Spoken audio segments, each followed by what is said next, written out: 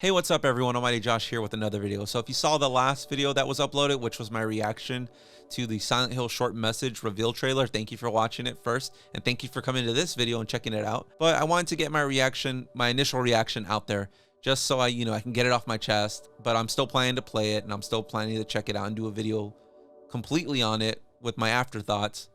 But I had to split it in two videos, one because it got kind of long, and secondly, I want to focus on this video on the Silent Hill 2 combat trailer that was revealed at the Sony State of Play. A lot of people are bashing on it. Some points are valid, but a lot of it's kind of like unnecessary hate in my opinion.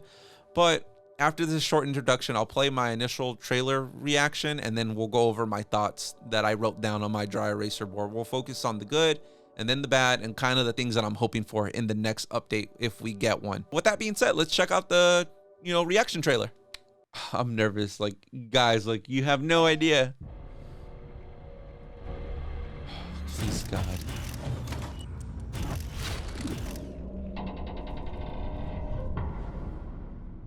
I can feel my eye twitching, dude.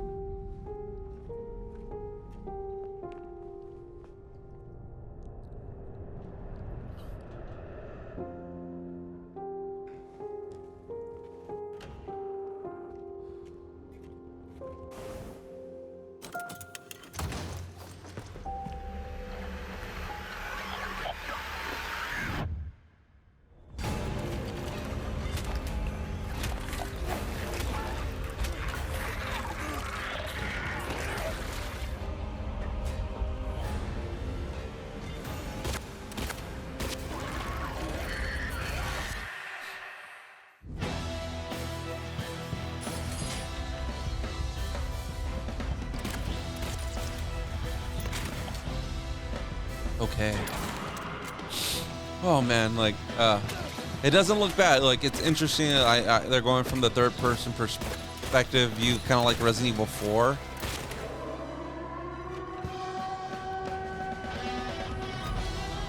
Oh, dude. Okay, it doesn't look that bad. It's still in development. Okay, so you see what I'm talking about, guys? So let's get the bad out of the way, right? Let's just clear the air.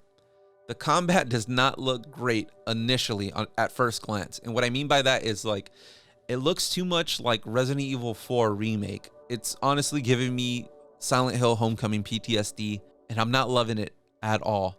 And as all of you know who played the older games, combat was never the main focus in the old games. Now, if we can have, resource management, which we didn't really see any of, but at first glance, it just looks like RE4 Remake, and that's not what I'm assuming most of the fans don't want, and I can safely say that's not what I want. Combat was never the main focus. It was always resource management and, the story. That's what separated Silent Hill from the Resident Evil series. I think we should have saw more of the town. Instead of a combat trailer, I think we should have got, a revisit to the old locations that we fell in love with. The hospital, the trail that leads up to Silent Hill, the cemetery where we meet Angela.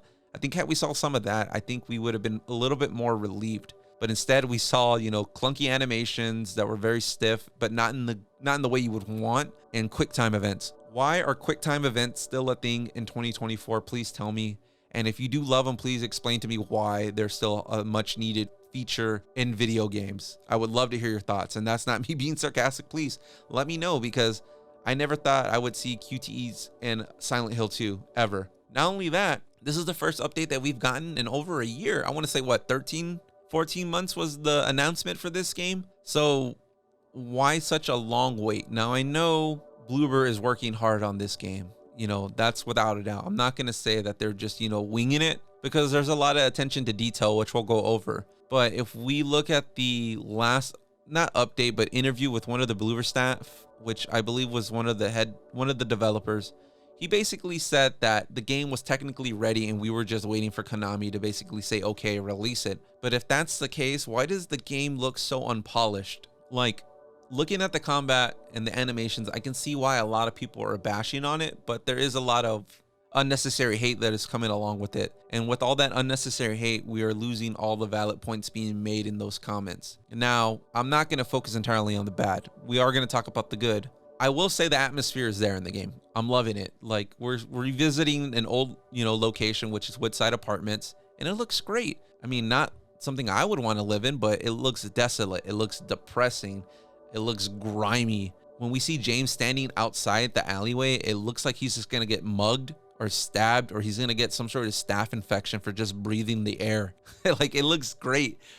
Not only that, there's a lot of attention to detail with some of the story beats, which I'm glad they're following it. And I don't think Bloober is going to change anything story-wise, so I think they're just saying, hey, like, we're not changing anything, but we're trying to just improve things here and there. So we see the dead guy in the chair, we see the dead guy in the fridge, but also, I don't know if I would call it an Easter egg or just their way of proving like, hey, we care about this game, we're paying attention, is when we see James in the pool fighting the 3 enemies, it's the same enemies that are in the original game.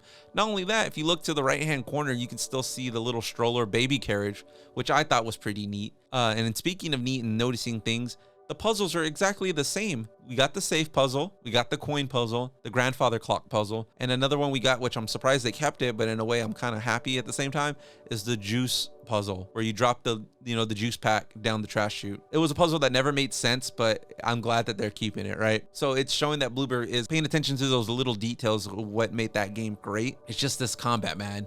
The combat's what's holding it back, or at least the reveal of the combat. Now, there are ways where the combat can be improved upon, like I mentioned, is like, if we get resource management, I can see this being a great experience. If I'm able to, have to decide like, hey, I got 3 bullets, I need to make it from one side of the apartment complex to the other, and there's like a hallway full of nurses. Not only that, these nurses are able to vault over walls, which can be good or bad, right? When I say bad, is like, hey, we wouldn't want to be able to cheese enemies and have them, just like walk into the wall and just stay stuck in a walking animation, so the fact they're able to vault and they're able to move around a lot more than in previous games, it's nice. It's a nice touch. But if we're overloaded with ammunition and melee weapons, then there's no need for all that. We're just going to be ramboing it the whole way through, and in like the words of Danny DeVito in Always Sunny, so I pulled out my guns and I just started blasting, right? We don't want that. So my hopes are that we will get resource management.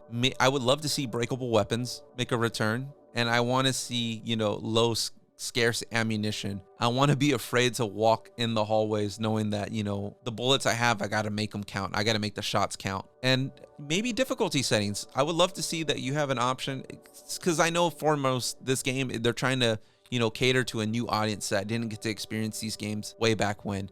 And the only way to play Silent Hill 2 is, 1, to own it on the PS2 or the Xbox or the PC version, or to have the HD collection, which in my opinion was very terrible, and the fan base will probably agree with me, or, emulation. But if we see a return to difficulty settings for not only the puzzles and combat, not only is it showing a lot of love and admiration for the old fans, it's making it more accessible to the new players. Another thing, we need to see a release window. I don't care about an actual date set in stone, but I would love for us to get some sort of idea when we're getting this game, because again, according to Bloober, the game is technically ready. So where's that release window, guys? I love that they're taking their time, don't get me wrong, and I feel like more developers need to do that. But if you're saying in one statement that the game's technically ready, and where's the release window, right? Or maybe they just said, hey, maybe we're gonna have to spend more time on it after getting all that backlash from the trailer. Who knows? But maybe in the next trailer, if we get one anytime soon, and hopefully it's not a year from now, maybe it'll be more focused on the story and locations.